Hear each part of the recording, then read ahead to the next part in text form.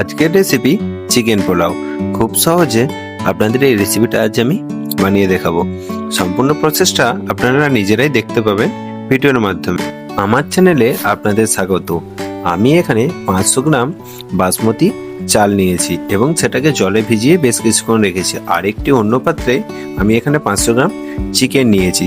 আর চিকেনগুলি আমি ছোট ছোট পিস করে কেটে নিয়েছি।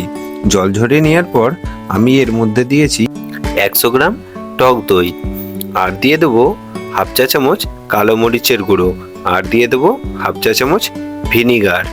আপনারা চাইলে এখানে ভিনিগারের পরিবর্তে লেবুর রসও ব্যবহার করতে পারেন। এরপর দিয়ে দেবো কয়েক টুকরো চেরা কাঁচা লঙ্কা, আর দিয়ে দেবো পরিমাণ মতো লবণ।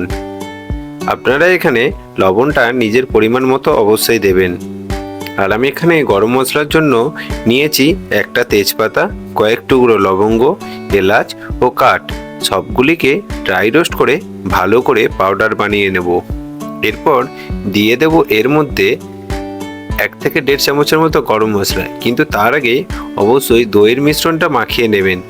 এর উপর থেকে মশলাটা দিলে দই আর চিকেনের মধ্যে মশলার পরিমাণটা সমানভাবে যাবে। অবশ্যই কিন্তু আগে দইয়েরটাকে ভালো করে মাখিয়ে নেবেন। এরপরে আমি দিয়ে দেবো গরম মশলার গুঁড়ো। গরম মশলা দেওয়ার পর সবগুলি মিশ্রণকে ভালো করে মাখিয়ে আমি এটা সাইডে রেখে দেবো। আর এরপরে গ্যাস ওভেনটা অন করে এর মধ্যে দিয়ে দেবো একটি সিলভারের গর্ত বড় পাত্র, আর দিয়ে দেবো 100 গ্রাম সাদা তেল। তেলটি গরম হয়ে আসলে দিয়ে দেবো 2 টুকরো এলাচ ও কাঠ। আপনারা চাইলে এখানে সামরিচ বা গোলমরিচও ব্যবহার করতে পারেন। আমি এখানে 500 গ্রাম চিকেনের জন্য 200 গ্রাম পেঁয়াজ নিয়েছি এবং সেটিকে ছোট ছোট করে কেটে নিয়েছি। এবার গ্যাসের ফ্লেমটা লো করে বেশ কিছুক্ষণ নেড়ে নেব।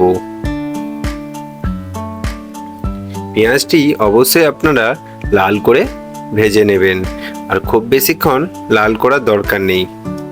পেঁয়াজটি যদি খুব তাড়াতাড়ি ভাজতে চান তাহলে এর মধ্যে দিয়ে দিন হাফ চা চামচ লবণ। পেঁয়াজটি যখন লাল হয়ে ভাজা হয়ে আসবে তখন এর মধ্যে দিয়ে দিন 2 চা চামচ রসুন বাটা, এবং রসুন বাটা দিয়ে আরও বেশ কিছুক্ষণ রসুনটাকে ভালো করে ভেজে নেবেন।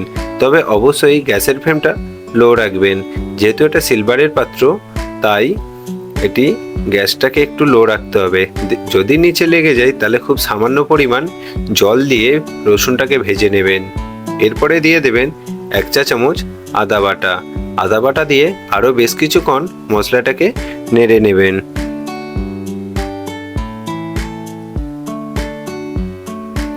এবার আমি এখানে এর মধ্যে দিয়ে দেবো আগে ম্যারিনেট করে রাখা চিকেনটাকে, এবং চিকেনটি ভালো করে আমি নাড়তে থাকবো।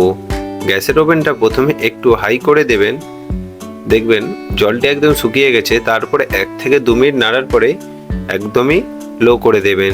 যখন চিকেনের গা থেকে জল বেরিয়ে আসবে তখন এর মধ্যে দিয়ে দেবেন কয়েক টুকরো কাঁচা লঙ্কা, আর দিয়ে দেবেন কয়েক টুকরো ধনেপাতার কুচি।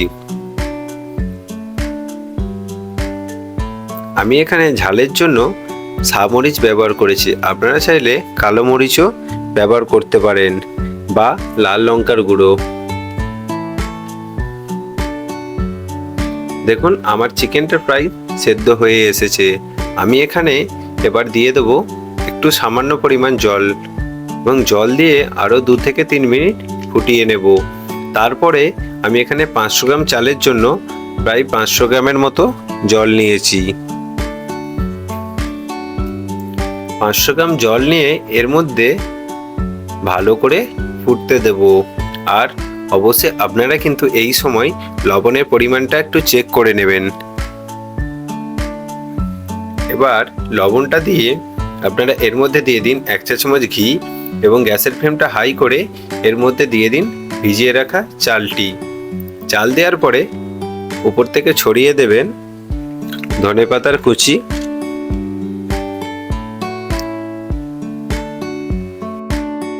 আর কয়েক টুকরো কাজু আর কিশমিশ। আর কাজু আর কিশমিশ দিলে পোলাওটা খেতে আরো দারুণ লাগে। এবার পালা এটিকে দমে বসানোর। তো আমি ঠিক যে প্রসেসে করেছি আপনারা ওই প্রসেসেই করবেন। প্রথমে গ্যাসটিকে ঠিক এইভাবে একটি পাত্র নিয়ে গামছা বা কোনো কিছুর মাধ্যমে আপনারা ঢাকা দিয়ে সেটিকে উপর থেকে একটু ওয়েট দিয়ে নিচে প্রথম 5 মিনিট একটু হাই ফ্লেমে রাখবেন। তারপরে 2 মিনিটের জন্য একটি তাওয়ার উপরে বসিয়ে দেবেন, কিন্তু সেটাও হাই ফ্লেমে রাখবেন। আর 2 মিনিট পরেই এবার গ্যাসের ফ্লেমটাকে লো করে আরও 5 মিনিট এবং গ্যাসের ফ্লেমটাকে বন্ধ করে আরও 5 মিনিট রাখবেন। ঠিক এইভাবেই হয়ে যাবে আপনাদের চিকেন পোলাও।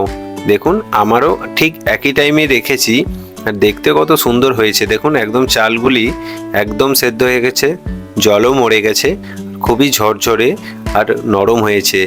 তো আমার এই ভিডিওটা কেমন লাগলো? আপনারা দেখছিলেন শুভঙ্কর কিচেন।